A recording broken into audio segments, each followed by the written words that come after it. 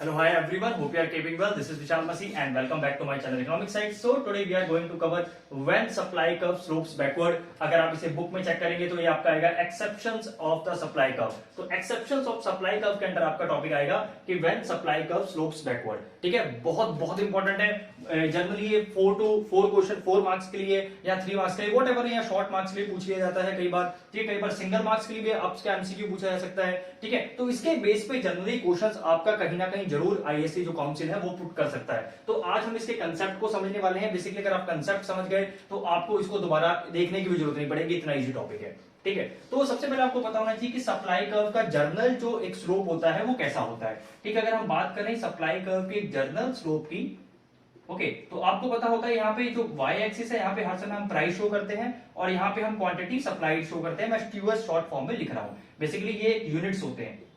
ठीक है, तो इसका जो जर्नल एक जो स्लोप होता है वो आपका अपवर्ड स्लोपिंग होता है. Right, it's upward sloping means अगर ये प्राइस है तो क्वांटिटी सप्लाई ये हो रही है, अगर प्राइस यहाँ पे आ गए तो यहाँ पे हो रही है. बेसिकली कहने का मतलब है अगर प्राइस बढ़ रहा है तो आप क्वांटिटी सप्लाई भी क्या कर दे रहे हो, बढ़ा दे रहे हो.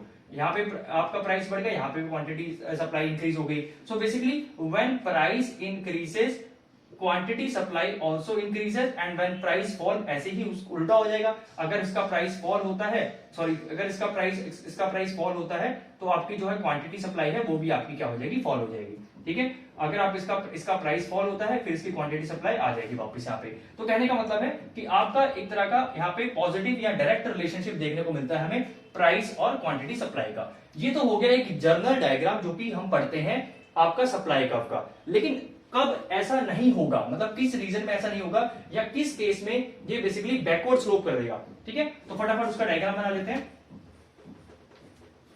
देखिए, अब बैकवर्ड स्लोपिंग में जो आपका डायग्राम है वो कुछ इस तरह का होगा.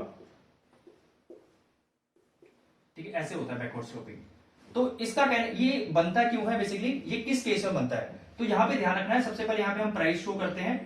प्राइस शो होगा बेसिकली आपका वेज रेट में, क्योंकि कोई भी प्रोड्यूसर होता है सप्लाई का, बेसिकली हम प्रोड्यूसर्स के पॉइंट ऑफ व्यू से पढ़ते हैं. तो जो वेज रेट होता है, जो लेबर्स को पैसा देता है वो उसका एक प्राइस ही है.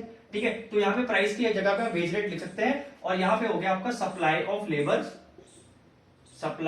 लेबर्स आवर्स में, मतलब कितने घंटे जो है बंदा काम करना चाहता है, कितने एक जो लेबर है वो कितने आवर्स अपना विलिंगनेस दिखाएगा काम करने की.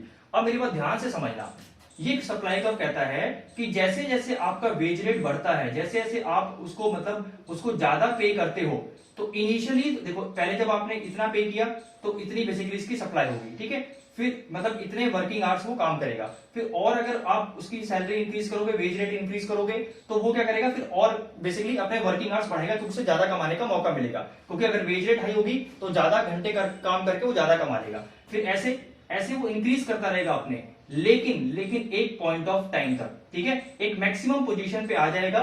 उसके बाद बेसिकली वो अपने जो नंबर ऑफ आवर्स है वो रिड्यूस कर देगा. ठीक है, वो नंबर ऑफ आवर रिड्यूस कर देगा. क्यों, क्योंकि फिर वो अपना जो टाइम है वो कोशिश करेगा अपना टाइम लग्जरी में स्पेंड करने के लिए, क्योंकि ऑलरेडी वो काफी पैसा यहां से कमा रहा होगा. तो कहने का मतलब क्या है, कहने का मतलब ये है कि अगर एक लिमिट से ऊपर अगर आप वेज रेट इंक्रीज करते हैं तो आप ये मत समझिएगा कि इससे सप्लाई ऑफ लेबर जो है इंक्रीज हो जाएगी, बहुत ज्यादा बढ़ जाएगी. इसका एक दूसरा पहलू भी हो सकता है कि स्टार्टिंग में तो हो सकता है वो इंक्रीज हो, लेकिन बाद में डेफिनेटली वो क्या करने लग जाएगा, फॉल करने लग जाएगा. ठीक है, तो कभी भी जब भी कोई इनिशियली कोई पॉइंट आपका इंक्रीज करता है फिर फॉल होने लगता है, तो उसको उस केस में वो कर्व जो होता है बैकवर्ड स्लोपिंग होता है. अच्छा, इसे एक और एग्जांपल से समझते हैं. ठीक है, मान लो एक स्कूल में, आप सब स्कूल में पढ़ते हैं सब बच्चे, मान लो वहां पे एक पियोन है. ठीक है, एक पियोन है.